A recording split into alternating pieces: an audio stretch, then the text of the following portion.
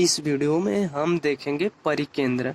आखिर परिकेंद्र क्या होता है। ठीक, तो इससे पहले वाली वीडियो में हम लोगों पढ़ चुके हैं गुरुत्व केंद्र यानी सेंटर ऑफ ग्रेविटी। अगर आप वो वाली वीडियो नहीं देखे हैं तो आप डिस्क्रिप्शन बॉक्स में उसका लिंक है, आप देख लीजिएगा। ठीक, तो ये हम देखते हैं परिकेंद्र सेंट्रॉइड क्या होता है। ठीक, तो एक इसका हम लोग डिफिनेशन देखते हैं। ठीक, तो परिकेंद्र किसी समतल का परिकेंद्र वह बिंदु है, यानी कोई समतल है, समतल का परिकेंद्र वह बिंदु है जिस पर समतल का संपूर्ण भार केंद्रित माना जा सकता है। यानी देखिए फिर से, किसी समतल का परिकेंद्र वह बिंदु है जिस पर समतल का संपूर्ण क्षेत्रफल केंद्रित माना जा सकता है। ठीक, ये भी इम्पोर्टेंट क्वेश्चन है। ठीक ना, इसे आप लोग अच्छे से देख लीजिएगा।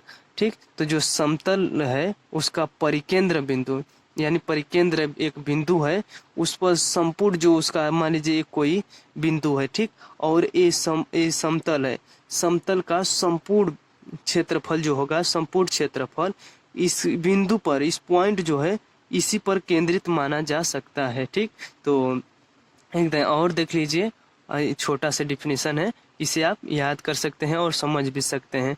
किसी समतल का परिकेंद्र यानी परिकेंद्र क्या होता है, किसी समतल का परिकेंद्र वह बिंदु है जिस पर समतल का संपूर्ण क्षेत्रफल केंद्रित माना जा सकता है।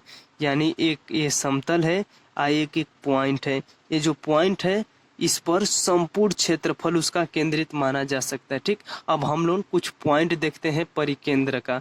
ये परिकेंद्र का कुछ इसमें पॉइंट दिए हैं, पॉइंट को हम स्टडी करते हैं। ठीक, तो यह एक काल्पनिक बिंदु होता है, जो ये परिकेंद्र बिंदु होता है यह एक काल्पनिक बिंदु होता है जो समतल के अंदर या बाहर हो सकता है। यानी ये समतल के अंदर भी यह एक काल्पनिक बिंदु है जो समतल, ये मान लीजिए समतल के अंदर है या इसके बाहर भी हो सकता है। ठीक, अब फिर एक और नेक्स्ट पॉइंट देखते हैं। ये इसमें क्या कह रहा है, किसी समतल का परिकेंद्र एक स्थिर बिंदु होता है।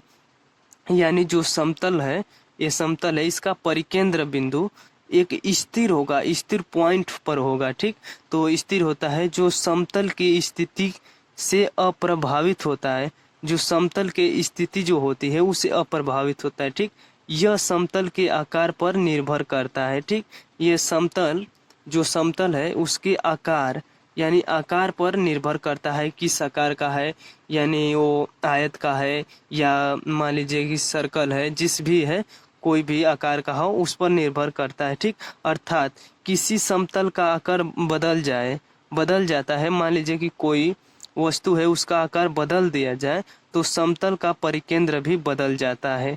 कोई भी वस्तु ले लीजिए, मान लीजिए कि बर्फ का टुकड़ा है, ठीक, बड़ा है, तो उसका जो समतल का परिकेंद्र जो लग रहा होगा, देखिए इसे थोड़ा सा वीडियो में नहीं आया है, फिर से इसे देख लीजिए।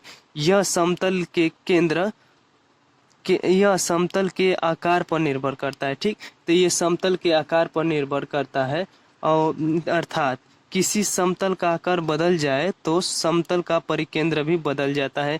मान लीजिए कि एक कोई बर्फ का टुकड़ा है इतना बड़ा, ठीक, इतना बड़ा बर्फ का टुकड़ा है। ठीक, अब इसका आकार मान लीजिए कि वहाँ हवा चल रहा है तो इसका जो बर्फ है, बर्फ गल कर इसका आकार इस फार्म में हो गया।